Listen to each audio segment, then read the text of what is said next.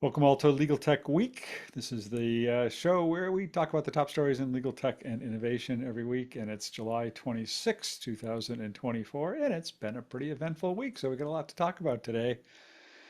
I'm Bob Ambrogi. I have a blog called Law Sites and a podcast called Law Next. And we've got a good full house of panelists here today, so why don't we kick it off with uh, the Lifetime Achievement Award winner this week, Gene O'Grady. I'm Gina Grady. I am the editor and writer of the Dewey B Strategic blog, and I write a monthly column for Legal Tech Hub.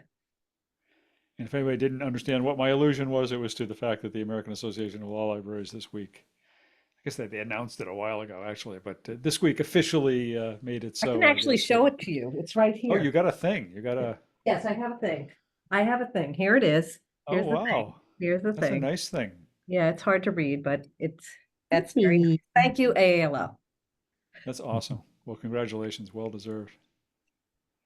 And Victor, you want to go next? Right as I was in mid swallow, sorry. My name is Victor Lee. I am assistant managing editor for the ABA Journal, focusing on business of law and technology. And did I win anything this week? I might have won a couple bucks playing the lotto. But, yeah. Best dad of the week, I'm sure. Not if you ask my son, no. All right. Well, another best dad of the week, also taking a swig of something, Joe. Yeah, Joe Patrice from Above the Law and the podcast Thinking Like a Lawyer. I am the winner of the Lifetime Underachievement Award from some organization. But no, I'm happy to be here. I have been, as they say, I've been marked safe this week from anyone writing fact check articles about me and couches. So I'm doing well. All right. And Nikki, you want to go next? My name is Niki Black. I am the principal legal insight strategist at Affinipay on the legal side of things for my case, LawPay, Case Pure and DocketWise. And I write legal tech articles, come here, Karma, for Above the Law, ABA Journal, and the Daily Record. And this particular dog of mine sleeps all day except when I'm speaking in a meeting. She's like almost 13, and she springs to life whenever I'm speaking in a meeting. So Sounds like bad karma this week. that's actually her name, Karma, too. So maybe that's what it is. Well, that's why that was a play on that. And Steve. Hi, Steve Embry here. I write the blog Tech Law Crossroads about legal technology and innovation. And I am the recipient of the Award for the week. All right. And last but not least, Stephanie.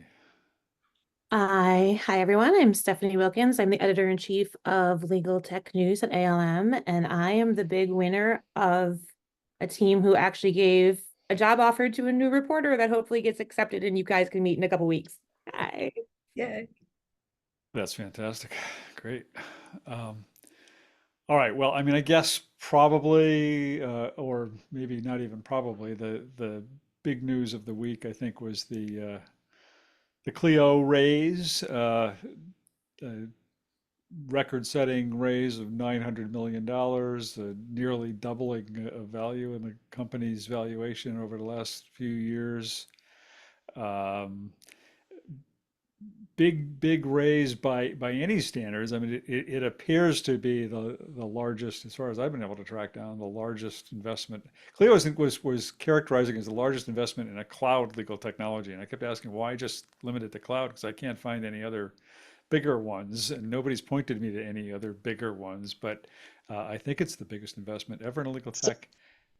So, Yeah. so I think the reason, my understanding from having asked around, the reason is that there are certain companies that we wouldn't necessarily think of as legal tech that classify as legal tech, but aren't cloud-based. And so therefore they had to kind of make that distinguishing, is my sense. Yeah, but even I mean, like people were saying, well, like DocuSign. Well, I don't think DocuSign's ever had a single raise that's bigger than that amount of money. I mean, I couldn't even think of like a legal tech adjacent company that's had a raise that big. Joshua just said they don't want to brag that much. It's like the natural polite Canadianness in them. They're like, Yeah. Well, you know, I guess the other thing is, I mean, they're not saying part of it was secondary, part of it was not, and they didn't say exactly how much of which way it goes, and you never quite know how to classify that either. Hopefully, Joshua cashed out a whole lot of options recently, and is living on a well, he is living on an island actually, I think, but not in the Caribbean. Um, but Anyway, I mean, do you think this is other than the dollar amount? I mean, do you think this is significant in any way? What does this mean for, I don't know, for Clio, for legal tech? Please, for correction, the loony amount. We're talking Canadian money here. Well, it was 900 US, right? Yeah. I bet, I'm wondering if Case Tex is feeling gypped. Uh, well, but they got acquired, yeah, and Casetex, well, maybe. It's a whole different thing. But I mean, seriously, do you think that there's anything, you know, it's, I mean, they're talking a lot about how they're going to expand, how they're going to grow. They're going to move more mid-market, move more international. You know, one of the questions I had Jack on my podcast, and one of the questions I asked is you know, how easy is it really to expand up market? I know they've been talking about moving. They said they have like 1,000 mid-sized firms, I think they say now on the platform. I don't know what that means. I don't know exactly how they define mid-size, and we have Joshua in the chat. He can tell us. But one of the questions I asked him is can the Clio platform kind of be all things to all people? I mean, can they take this platform that was originally built for solos and then solos and smalls and continue to sort of tack on larger and larger firms, or do they at some point need to have maybe a whole other platform for the larger firm market, or what does that work? I mean, you know, I guess really the question is how do they expand to sort of justify this investment and this valuation, and is it possible for them to do that? well, I mean, I can't answer how, nor should I answer how they're going to do that. But I mean, this is a company that's been doing this for 16 years. It's not like they're trying to be all things to all people overnight. So, I mean, I would like to have some confidence, you know, that this is at least a thought out strategy, and this is a Series F after all. So, I mean, I like everyone else, I was floored by the number when I first saw it come in, but you know, happy to see it for a company whose users really, really like them, and I'm excited to see what they do with it. And there does seem to be a fair amount of, you know, thinking behind it. And again, I'm not going to be the one to tell anyone what to do with $900 million. But yeah, I mean, it contrasts with, you know, a lot of other recent splashy fundraisings we've seen. So I don't know. That's my 2 cents. Well, this is one more, theme that no, you go, Joe. I was just gonna say one theme that we've talked about on this show a lot is that there's a little bit of selection going on with small law and tech.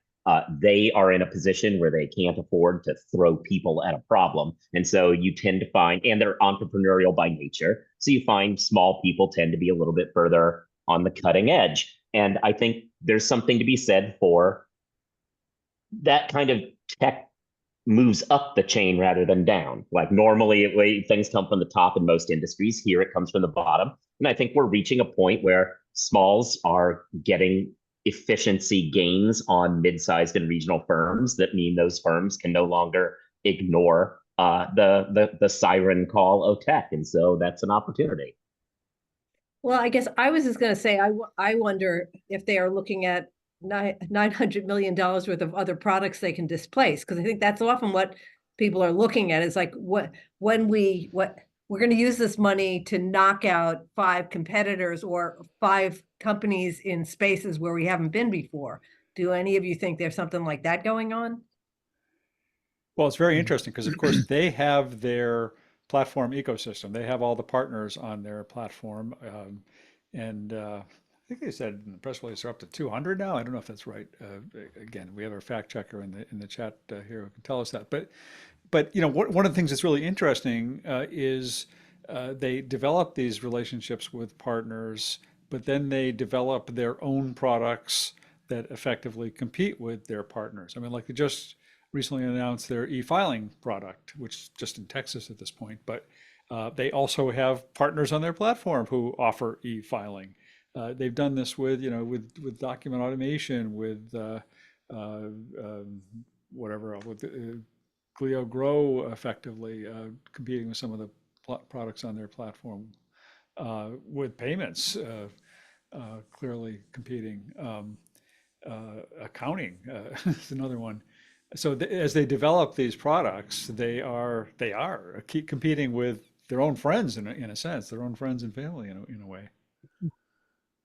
Yeah, I think it'll be interesting to see if they try to make a move to serve larger law firms, and which will be a little bit different for them because there are already pretty well established players in the larger law firm practice management venue. So I'm not discounting Clio's ability at all. It's just will be interesting to see as they if they go that route, they'll be moving from the biggest fish in the pond to maybe one that's not so big a fish and one without the established relationships that they have. But I hope they succeed if that's where they're going. I think that market could use some competition. I mean, I've been on a big soapbox, at least internally at ALM, like with like the American lawyer folks or whatever, about how hot the mid-market is as a segment right now and how they stand to really potentially benefit from tech and AI more so than maybe even their big competitors. So I'm curious to see how much they can move into that market, or anyone really. I mean, obviously $900 million gives you a lot to play with to go into that market, but that's, one of my big causes that I've been pushing and telling big firms to be a little bit more scared than maybe they think they should be. So I'm curious to see if that's a way to go with it.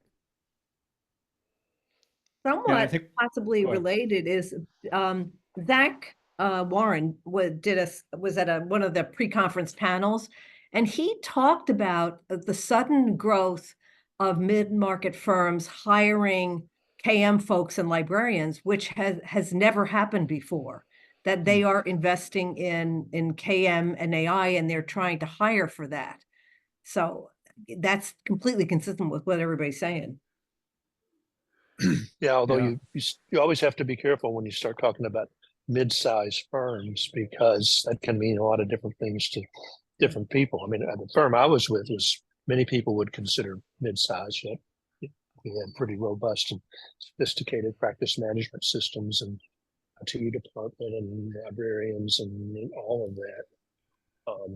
But we certainly weren't like a 30-person firm or even a 50-person firm in that regard.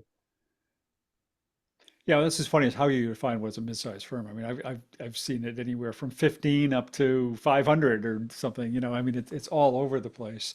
And I think some of the practice management platforms that have been developed that cater to that market have been characterized by being like overly complex and difficult to implement and difficult to deploy and difficult to learn. In part because they have a lot of sophisticated tools, a lot of Right. sophisticated back-end tools. But Well, and the larger the firm that has those kind of tools, the more internal people they have to master it. So, the lawyers and legal professionals really don't have to as much as you might in a small firm. Where a 30-person firm, then the managing partner really needs to be able to manipulate the practice management system to understand what's going on. yeah. I like Joshua's comment that it really matters by geography. A Montana mid-market is different from New York City. Way back when I practiced in the Virgin Islands, where I think the biggest firm there was like a 10-lawyer firm. That was considered our big firm on the island. No, and it's very true. Like having come out of like big law New York City world, when I first heard someone define mid-market as like 30 lawyers, I was like, what? That's insane. That's super small. So it is definitely perspective of where you are and where you come from. Yeah. And it's also reflective of what whether larger firms have offices in those locations. So you're talking about Montana. If Skadden Arps were to have an office in, I don't know what's the town in Missoula, for example, yeah, it might be a 5-person firm, but it would have many of the characteristics of a very large firm. Well, Rochester is a good example of that. We're a mid-sized metropolitan city.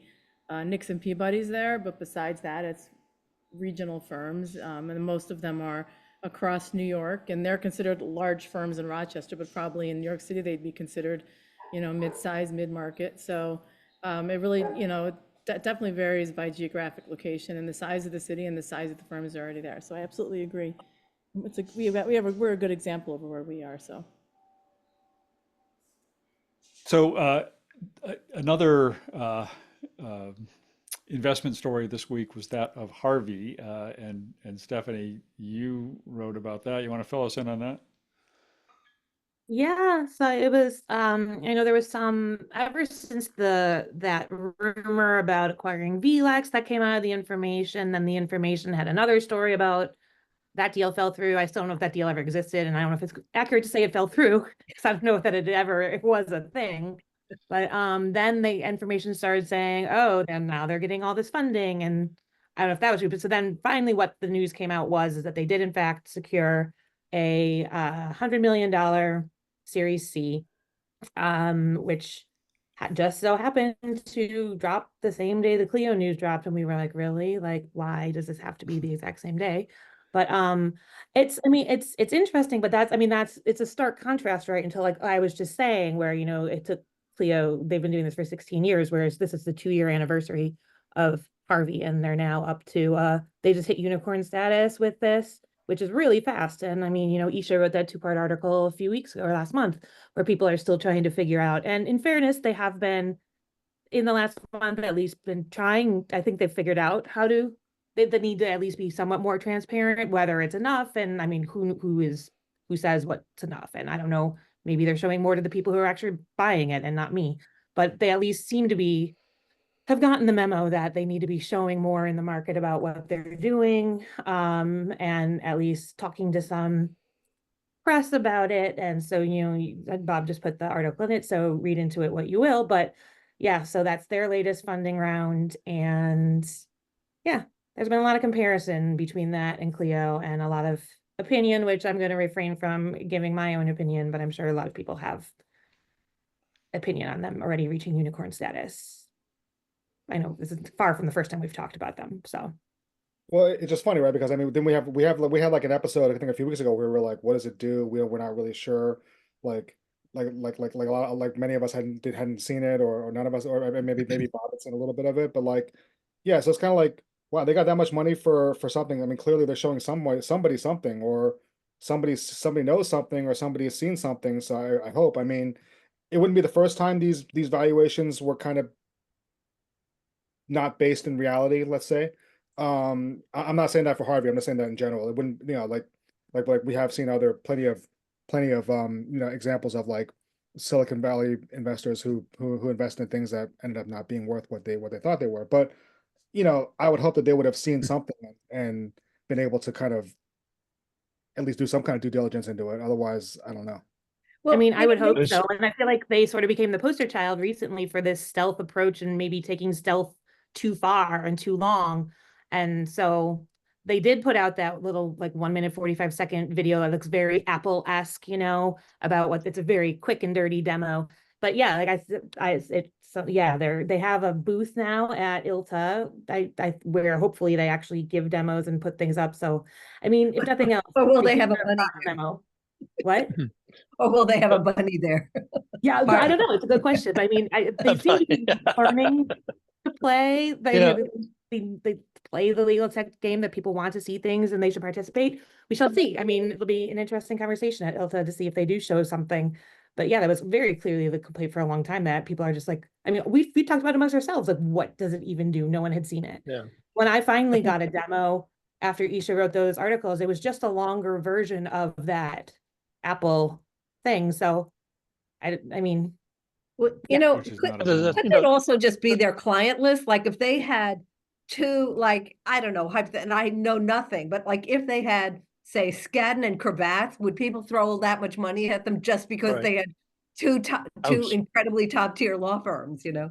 I was just getting ready to say, Gene, that the marketplace that they play in, the most effective marketing is to be able to answer the question by the managing partner of the IT department. What other firms are using this tool? Yeah. And if you say, well, Skadden, Davis Poe, all of a sudden it's a good tool, and that doesn't cost you much advertising once you get your stake in the ground. Well, another thing And- that Go ahead, Nikki. Yeah. Well, another thing that's happening in the larger market that we're seeing I'm seeing articles about, I'm sure you have as well, is suggestions that there's an AI bubble, right? That there's an AI tech bubble that's going to crash soon. Of course, predating that, there were just suggestions that there was a tech bubble and there was going to be a crash, and that didn't quite happen in the past few years. But I think that I think what's happening is there's a combination of that. There's just, this is the hot thing, and Silicon Valley and investors are just, anything with AI, they're going to throw money at. And you also are seeing, and this is less Harvey and just more generally speaking, law firms, large law firms, I feel like they've got to throw money at something to say they've got AI, right? And they're going to try to, and so I think that you're seeing a little bit of that, like, check, we did the AI thing, we have AI, we're keeping up with the times, because they are trying to compete with their competitors. So I think there's a lot of that going on, generally speaking, and sometimes when a company comes along that checks some of those boxes, you benefit, right? And so I don't know if that's what's going on or if there actually is a product behind it. We don't know because we haven't seen it. So it's kind of like a TBD thing, TBD, but it's interesting just to see those trends in the larger market being reflected in our own market too. Yeah. I did and have a mean, conversation with a law firm innovation head at this subtech conference that I was at last week. I know a couple of people in the chat were at that same conference, but happened to go on a long walk with this guy, and Harvey came up, and his firm has been using it for a year, and has just re-upped their contract for another year. I mean, his evaluation of it was sort of like meh, like it's okay, like it does some stuff, but it's not killer technology, and he thinks it could easily be supplanted by something much more interesting and much more powerful. I mean, he kind of compared it to what co-counsel looked like in the early stages, and I tested co-counsel again recently, but they would only give me the sort of the whatever they call their co-counsel basic or whatever they call it, the layer of it. Or, Huh? or, Whatever it is. There's like the co-counsel, it's all integrated with everything, or there's this sort of a yeah. standalone product that doesn't have all the features. And that actually I felt like had devolved rather than evolved or something. In that they've taken some of the features out of co-counsel that were there before the acquisition. But I think Yeah. I don't know. I guess time And will I tell on really on these technologies. But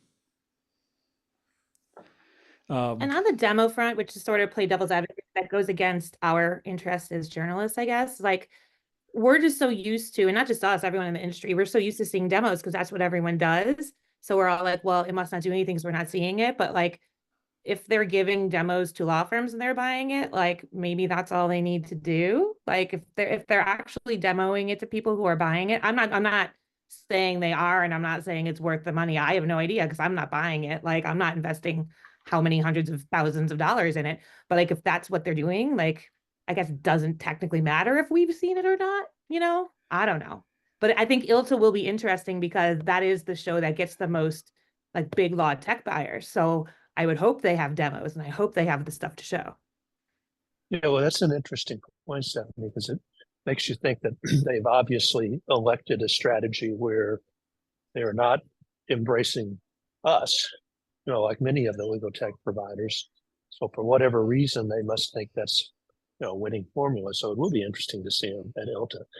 I would But I think they that they have would be at learned that Legal last Week thing. too. Yeah. Sorry. Well, I think they have learned that last thing because after, those articles Isha wrote, she and I did go have a meeting with them. Like they invited us to have a meeting with them.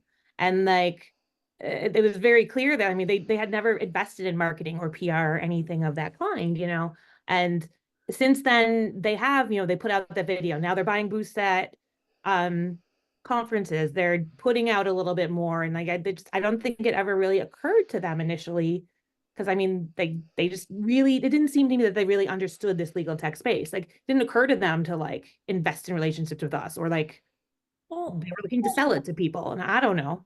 they had I'm not people. saying that's good or bad. I'm just, Well, that's, it could be that we asked too many More than that. questions. But they have people on their board that know the legal tech space, that are veterans, that have founded companies. I feel like they understand the legal tech space, and I'm still convinced that this was a planned PR tactic. It was just an approach where maybe we're choosing not to invest a lot of marketing upfront. We're choosing to get these larger firms on when everybody's trying to say they've got AI. And now we're going to maybe start doing traditional marketing. I mean, a lot of small startups do the same thing. You just don't have the money for marketing. So you do social media marketing, you know, you do the blogs and social media marketing, and you just don't have PR in that way. But I think that it was definitely a concerted choice, and that they planned that way. I mean, I don't know that for sure though, but. Well, no, and I'm I not just put saying up a it's a- post that I did back in May when I talked to them both, and they told me exactly, they told me that they blamed it on lack of marketing and PR staff, that they've just been too busy running around. They had no sales, they had no marketing, they had no PR. They were doing all the stuff, a lot of the stuff themselves. You know, I think you take some of that with a grain of salt. I think right. we've all reached out to them over the past year. They didn't need to have any savvy PR people telling them to answer the call from the reporter Well, they probably if didn't they think they needed wanted to. to. Yeah. They probably didn't think Yeah. they needed to, because like, if kind of like what was it Steve saying earlier? I mean, like, because like they got a couple big law firms behind them from the beginning. It was Allen and Overy and somebody. And PwC, Yeah. those are the, yeah. Yeah, so they had that cachet, and Yeah. and they were there early enough that there weren't a whole lot of competitors at that point, so they probably figured, hey, you know, like why do we need like a big splashy PR strategy? We have word of mouth, we have powerful clients, we have, you know, an area that hasn't really been overrun yet by other companies. So, you know, let's just do what we have to, and then if we have to go and schmooze later, we'll schmooze. So maybe they're at the schmoozing stage, Yeah. you know, or who knows? Maybe it's like Yeah. the you know, maybe the mystery is the point, right? Maybe sometimes it makes us want to know about it more, and then we keep asking questions, and then, you know, that's another way to advertise. So. But, you know, also just hearing like Allen and Overy and PwC, those are both organizations that are pretty far along in terms of KM and internal systems. I mean, like consulting firms run circles around law firms in terms of how advanced their knowledge management and their sophisticated reuse of internal knowledges. And being Allen and Overy being a British firm, they also have a decade or two on most. I mean, I wonder if it is being further along in the life cycle of understanding your own documents and what you want to do with documents makes for a better customer for them. Like, it's hard for them to walk into people who've been doing pretty much nothing and sell them a product. Yeah. I guess one other question I had related to both Harvey and Clio, and then there's just been a rash of new funding rounds. You know, this year it kind of started out slow, and then just over the last couple of months has really picked up in terms of where we are, and certainly with Clio, maybe even without Clio, we're passing what the number was last year in terms of investments. And I guess part of the question is does this all reflect that sort of legal tech has made it in the eyes of the VC world? You know, that the whole idea that for a long time VCs shied away from investing in legal tech, and the big Silicon Valley firms just were hands off when it came to legal tech companies. Is that totally a bygone era now, or are we fully part of the mainstream of the investment world? Well, I think that we are getting to that point. I don't think it's just VC. I think the part of it we're overlooking here is the private equity and the influx of private equity across the board in our market over the last 5 years. And that's really about when it started. And that hasn't been a part of the conversation here, but, you know, I think it's not just VC. VC is not the only kid in town, you know. It's just money coming in across the board. And I think that's an important point. indicative of this Yeah. trend. Yeah. You know, I wonder too, the constant refrain is that lawyers are very slow to adopt technology and drag their feet and all of that. I wonder if the investors are starting to sense that maybe we're not as slow as we used to be, and maybe it is worthwhile plugging some money into some of these technology companies. I don't know. I kind of hope that's the case. That, I mean, I would assume that when you pluck down, $300 million or a portion of it, that you have done some investigation and looking hard at the market, and expect, at least hope you're going to get a decent return. Or I don't know, maybe you've got enough money, you're just throwing darts at a board. And that whenever private equity gets involved in something, great things always follow. That never goes wrong. Just look at the newspaper industry. You should have heard the keynote at AALL. What was it called? Enshittification. Enshittification. He was great. A great keynote speaker. Yeah, he really was. Yeah. Well, so if we're talking about, I don't know, if we're talking about law firms embracing tech more, maybe that's a cue, Steve, for you to talk about your. I can't say if that's a cue for Steve to talk about his story or for Joe to talk about his cautionary story about AI. But maybe we'll start with the good news, perhaps good news story, Steve. Well, yeah, I mean, the fact that the article was written by Jordan Furlong makes me think that he may be onto something. That his premise, I think, was that law firms are not going to be what they used to be, which is everybody come to the office. Law firm is a place, an actual standalone office, and everybody comes in and bills, by the hour from that office and goes home at 10 o'clock and aspires to be an equity partner, and life is great. And his thesis was that perhaps all that is about to change. And certainly we've seen some changes. If you think about the continued rise of non-equity partners in many law firms, that's a difference than, when I was a young lawyer, you either you became a partner with equity in the firm or you left. There wasn't any of this non-equity. So that's kind of been a shift in the business model and management of law firms. But Jordan has some 5 very good questions that he asked that he thought law firm leadership should consider, which I thought were pretty insightful. The first one was, in the future, will client work continue to come from relationship one-on-one with a lawyer? Is the client work going to continue to be billed by the hour by humans? Is the training going to continue to be sort of catch can by osmosis? You give a job to an associate, and the associate gets corrected. Will partners be able to continue to stay at law firms as long as they want and do whatever they want? I'm not sure stay as long as you want is even a question anymore, but certainly do whatever you want may still be a question.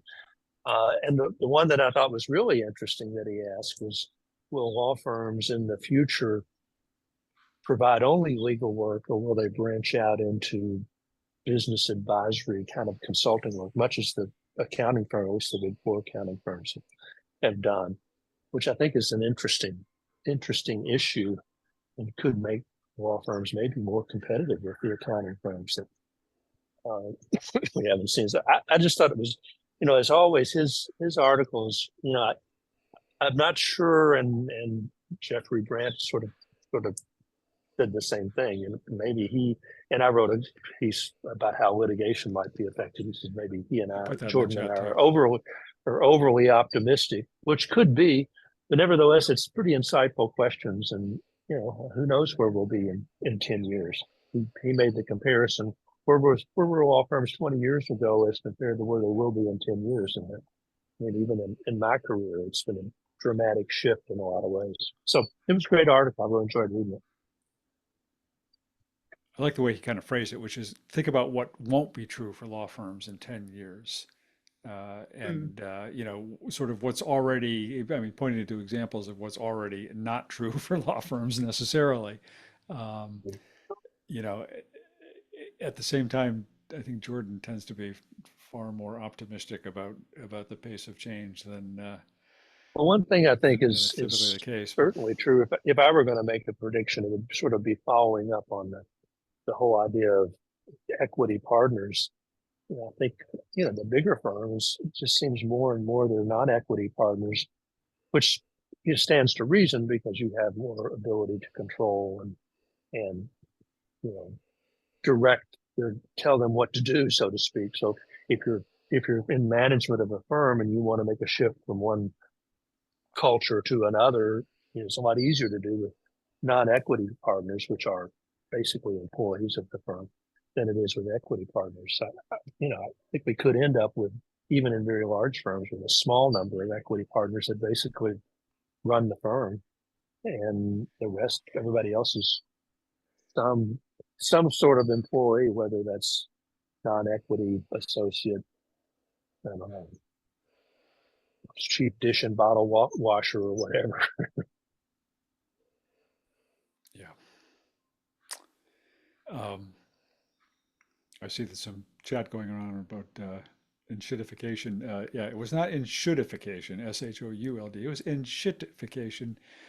It's basically Was talking indeed. about the demise of big tech and how big tech has manipulated um, their users effectively to get to the point where if maybe they started out as providing a useful service, but over the years they've gotten to the point where they're basically just totally uninterested in their customers and fucking them over every which way, and that there have been certain forces that have allowed them to do that. The lack of regulation, a lack of competition, sort of exploiting their workforces, so their workforces feel more like slaves than creative employees, and a few other factors. But is that a fair summary? Gene, were you there? Steve, you were there, Yeah, right? well, I wanted to also mention how it came up in a very unlikely panel. The last panel on the last day that I was on was the history of legal publishing.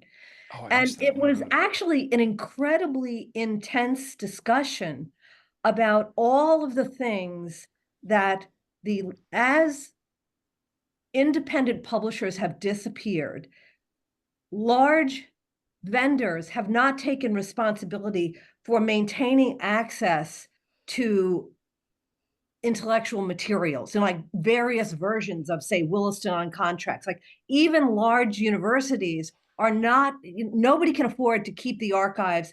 The publishers themselves aren't keeping the archives.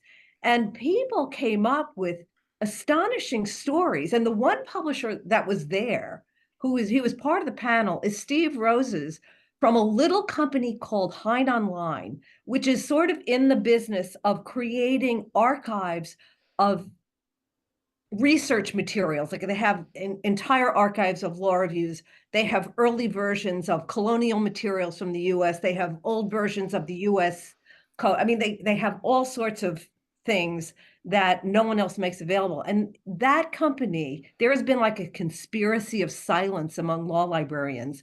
Whenever the big companies come to us and say, who should we buy? No one will ever say buy Hein Online, because Hein Online is a family-owned company based, I think, in Buffalo, New York. They've been approached a bazillion times by the big companies, and they refuse to be sold.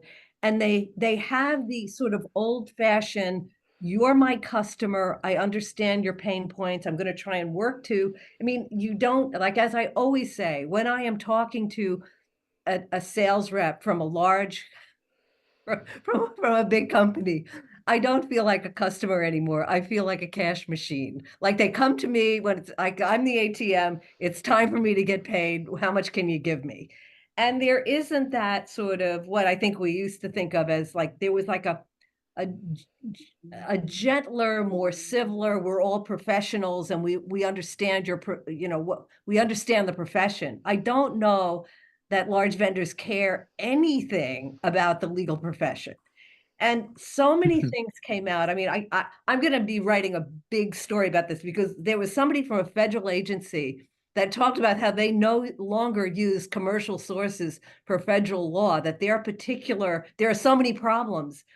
They work for an agency in Congress that actually creates their own version of the code, because no one thinks the commercial publishers are doing that good a job in keeping the laws of the United States straight when they published their updates. So I mean, it was a shocking, it was truly shocking, and I think it is an example of enshittification. People do as vendors do as much as they can to make it's like the 80-20 rule. Scholarly research is definitely in the lower 20%. No one cares about maintaining the stuff that scholars will need in the future or historians will need in the future. So I'm sorry, that was way more of a reaction than you were looking for.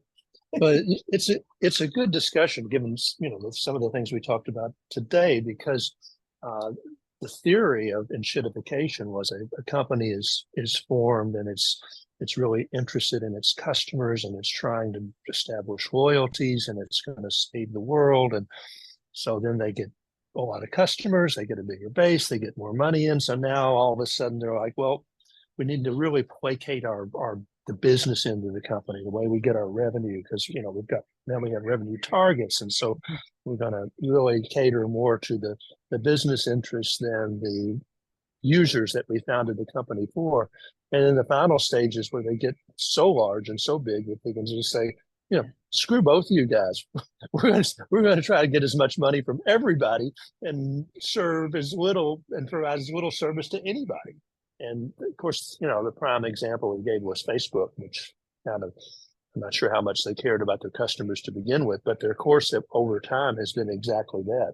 They've moved away from the users to where they're just totally business focused, and now they're able to get away with screwing their business partners just as much as possible. And I'll be forever banned for Facebook after that. Worth a you hear me, Mark? A shout out to outgoing President June Shaw-Lieber at AALL for picking a good keynote speaker, because that's tough. He was really good, I thought, and they've had some duds as every conference has. So, Bob, the second article that I wanted to talk about today ties directly into all of the enshittification concept y'all are talking about. I didn't see you had a second article. Yeah, it's the Guardian article. I thought that was Joe's. It's more interesting. My other article was an article that I wrote for the Daily Record about different categories of pre-litigation AI software, which is, very useful, and I rounded up a whole bunch of different tools, but that's not as interesting to talk about in this context. The Guardian article, I'll put it in the chat. The idea is that you should be panicking about AI, and if you aren't, you're missing something. But it starts off by talking about this idea of companies, social media companies, initially focusing on the customer, right? Like they're trying to serve the needs of the customer, let them talk to each other, track their friends, and then as they increasingly wanted to make money off of all of the people on their platforms, that became their primary goal. And one thing that I honed in on that I had never quite been able to put my finger on that they do is, I always understood that they're trying to keep you on the platform so you don't leave. That's why you have and just scrolling, and they want you to keep going from video to video to video to video. But what they do, and my feeds would get so screwed up. I've deleted TikTok, I've deleted Instagram at this point, and I try to avoid Instagram Reels on Facebook, because what they do, and this article honed in on it, is they figured out that if they make you angry, especially like at the other political party, but just angry in general, it keeps you on the platform the longest. And so that's why, I'm a feminist. I got so many videos that made me so mad at my husband. He's over there on the couch minding his own business. And I would leave TikTok so pissed off at my husband because they were feeding me all these videos that would talk about some things that he's done over the years, because of subconscious sexism or whatever. And I would be so mad at him, and he hasn't changed his behavior. He's actually gotten better. You know what I mean? But I would be really mad at him. But also political stuff and all these other, and all it does is make you angry. And it's not feeding you up stuff that interests you. It's stuff that makes you mad. And what this article talked about was that's what the regular internet did. That's what they did without AI infused into it. When you have an AI that's like your best friend that answers all your questions, just like how GPT, OpenAI just rolled out GPT search or search GPT or whatever it's called today. They announced that they're going to roll that out. So they're going to compete with Google by using GPT-powered search, where and this article talks about how you have your best friend, this person who's personable and flirtatious, he even hits on that, and just makes you feel good about yourself, that then starts to serve you up all these things that it knows it's going to make you angry to keep you on the platform, but it's coming from like this trusted best friend. And so it's sort of this idea that that's what has led us down this, enshittification has led us to this point where that's going to happen at this exponential rate in a way that just makes everybody angry and isolates us from everybody else, like including our own spouse. My algorithm just kind of shows me different outfits people wear to Disney World. So it seems as though we have been cultivating very different algorithms. Well, that's interesting that you say that, because that's when I ask my husband, like, what's in your feed? He's like, I don't know, just like workshop video, I don't know, wood shop videos, or I don't know, cars. I get like recipes and Disney news. It's like all I get. I don't understand. You know what? But That's all. Joe's a certified Disney adult. Let's not forget that. Like, Sure. Random. Yeah. But when you think about the goals of politics, which is what everyone's using these for, oftentimes these platforms, they're either trying to keep the majority, like white dudes, no offense to all the white dudes here, there's quite a few of them, but the white dudes are at the top of the heap, right? And they're happy for the most part because they have the power, they have the control. So you just keep the white guys happy, but you want to piss off the women because that creates the divisiveness. You want to piss off the younger generations against the older generations. That creates divisiveness. You absolutely want to make people of color mad at everyone who's not a person of color, because that creates divisiveness. And the divisiveness is what wins elections, right? And so, and like that's what won elections, with Hillary. There was a lot of sexism. There was divisiveness that made it so that Hillary actually couldn't win, I think. But so I think that may be why the white men that I know get like happy things that just they really like, because that's what keeps them there and keeps them happy. And I don't know, that's my working theory, but it's a really interesting article and it made me think a lot, and it's got a ton of interesting theories in it. The Or article's you could be fascinating, and it old talks like about me this and whole just not idea of, sign up. like you say, it talks about this whole idea of sort of creating these, these virtual friends. I mean, starting with like the replicas of the world and that sort of thing, but how that can evolve to where more and more of us actually consider these to be our friends. Shades of the flirtatious female voices out of OpenAI and all of that. But then then it starts getting to the point, his point is then it starts getting to the point where these virtual friends start suggesting what things we want to buy and who we want to vote for and all of that. And it does paint a really kind of scary scenario of where AI can go. So it sounds like less AI is better. Maybe. Well, you heard it here first. Jean said it. Yeah. Well, because I went back and I looked for some other Cory Doctorow articles, and he actually wrote a lot about Google, how Google was really cool when it actually gave you the answer to the question. And once they started weighting the answers to who was paying them, I mean, it just talked about what a high percentage, like, I think it was like 60% of the results nobody clicks on because it's not what they're looking for anyway. People have to go back and refine and scroll and scroll to find what they're looking for, because what they're looking for wasn't part of the paid results. I mean, and that's been going on that didn't need AI. I mean, or I guess it was some form of AI, but that's been going on for decades, where I kept saying to myself, how come Google is getting stupider? How come Google can't answer questions anymore? Oh yeah, I scroll past everything that think just he- says sponsored next to it because I'm like, I know Yeah. that's not what I want. Yeah. Yeah. It's I called think he growing said old. that- I'm I don't getting know whether- stupider by the day. I can't help it. I don't know what to do about it. I think he actually said, I don't know whether he was using Google or Amazon as the example, but it was something like on average, you have to get to like the 17th thing that's listed before you start really getting to something that you really are interested in. Kind of amazing. I know we're running low on time, and we have both Victor and Jean to get to. Jean, I mean, you wrote about the some of the news this week out of out of Westlaw or out of West and LexisNexis that was announced at AALL. Well, I was so consumed with other stuff I didn't even pay all that much attention to it. Was there anything exciting there, or was it just more of the actually, same? I thought the most I think Lexis and Westlaw's announcement who just it's like they want to stay in they just want to keep their products in the headlines. I mean, I did look at the Thomson Reuters claims. It's like the claims tool in co-counsel, and actually it was. Did you see my comment? It was so slow. I went and I got myself a Build-A-Bear while it was trying to retrieve the results. And the poor woman who was demoing it, I said, "I'll be back."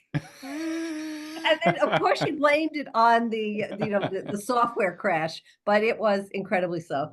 The Lexus thing that But I how thought, quick was the Build-A-Bear? Is that the Build-A-Bear, more actually, I robust was part of application? the line because everybody else was doing something else, so it didn't take me that long. I would say it was less than 5 minutes. So And also it the was line at Build-A-Bear is really where the time goes. Like you can build it exactly. really quickly, but then when you get in line, that's where it takes a long time to check out. Well, I know from experience now. I bet you do. So anyway, the thing I thought was most interesting was actually the Henchman thing, because I went to what Lexis the day they did the press release. They had Serena Well in there, and she was talking about the various enhancements and human in the loop stuff that they're doing, and just how great, what everything they're doing, and how many technologists they're hiring. And that was all really interesting. But then I asked the question, which apparently a lot of people in the audience wanted to know, is, okay, you've bought Henchman. What's going to happen to Lexis Search Advantage? So for those of you who don't know, Lexis Search Advantage is a product that's been around for, I don't know, 10 or 15 years. It was built off the IntelliGize platform. So it is really, really good it can crawl a DMS and help identify deal documents. And so the suggestion from Lexis now is that this generic Henchman is going to be able to go into DMSs and figure out what are the good documents. And no one in the audience, including me, thought that was going to be all that easy for a generic platform like Henchman to do. And by the way, what were they going to do with all of the incredible taxonomy? Because the IntelliGize taxonomy is actually built off, the archive of the SEC and all the different clauses that have been tagged in SEC documents. So it is really, really good at helping firms identify and use their corporate documents. And they sort of gave us the trust us answer, we'll figure it out. So that's all I wanted to say about that. Yeah.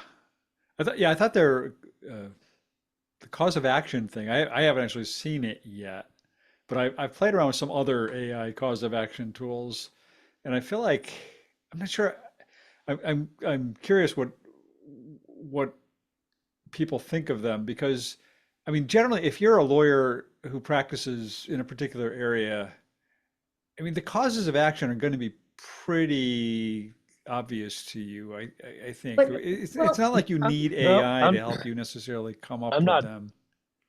I'm not exactly sure about that, Bob. It No. depends upon the experience and age of the lawyer. I was thinking back to my time as a lawyer. Most every case is different, and it would have been nice to have had a brainstorming checklist to say, oh yeah, I never thought about that one. Maybe I ought to go analyze that. Maybe that's a possibility, kind of thing. So if it works, and I have no idea if it works because I haven't tried it, haven't seen a demo or anything else, but the concept I think would be useful, and for associates or small firm lawyers, that would be helpful if they could afford it.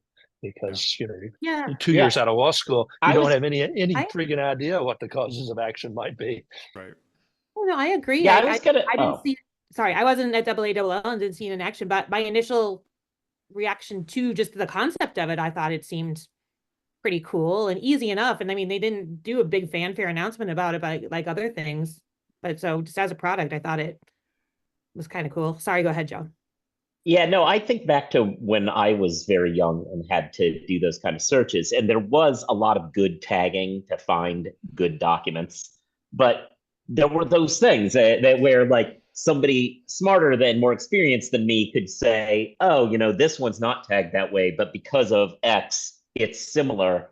And that's the kind of cross reasoning and kind of analysis of the mood of the document that AI in its best form actually can do. So I think this could be a useful tool to take the existing taxonomies, understand the connections, and help get you.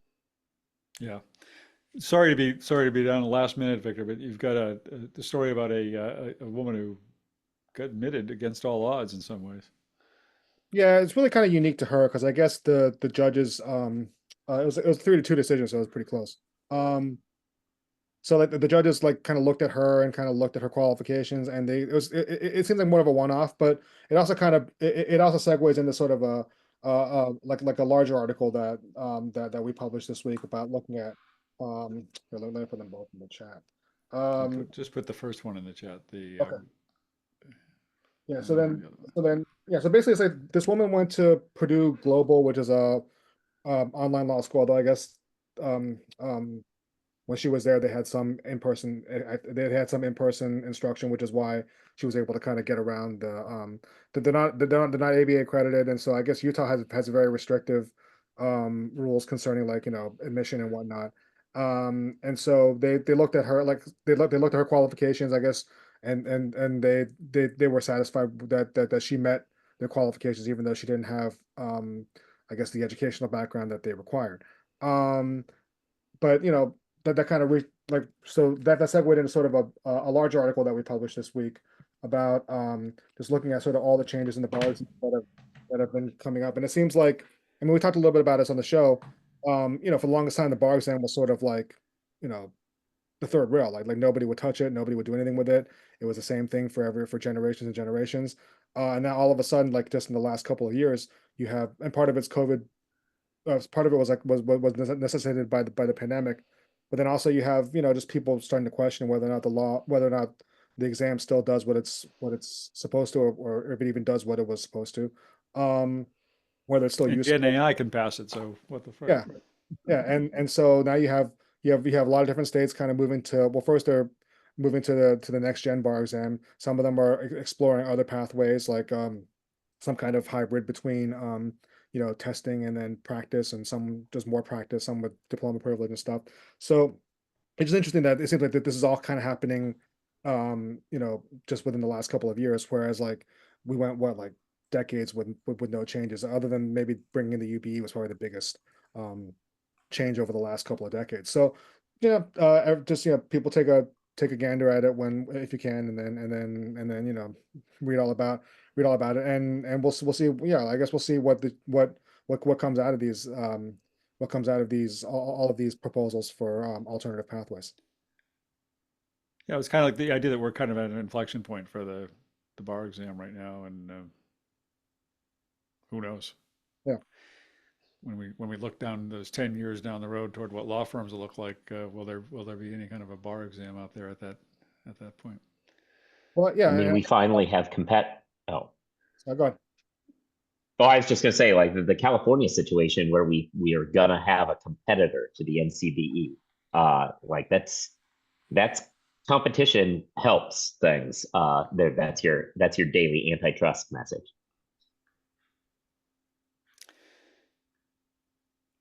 All right. No enshittification of the bar exam because It's been shittified for a long time. I think anyone who's ever taken it, no one's ever going to say, "Hey, remember the good old days when the bar exam was good?" All right. Real As long as quick, we don't- P-Doom. as long Can we as do we our don't P-Doom real include- quick? I was gonna say, as long as we don't enshittify this roundtable ever, we're good. Okay.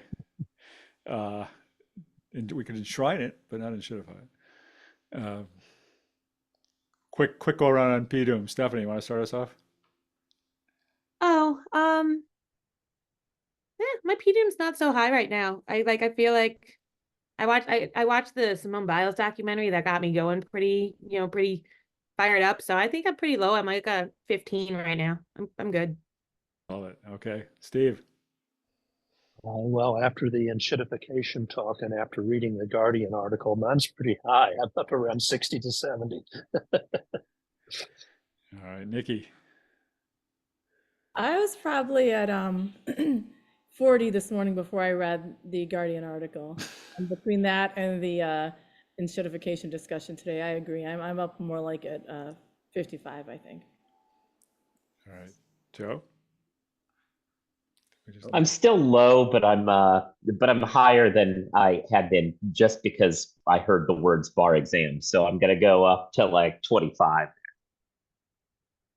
And Victor, I guess. Yeah, Victor. Yeah, I haven't I didn't look over the Guardian article that closely, so I'll probably be a lot higher after I do read it.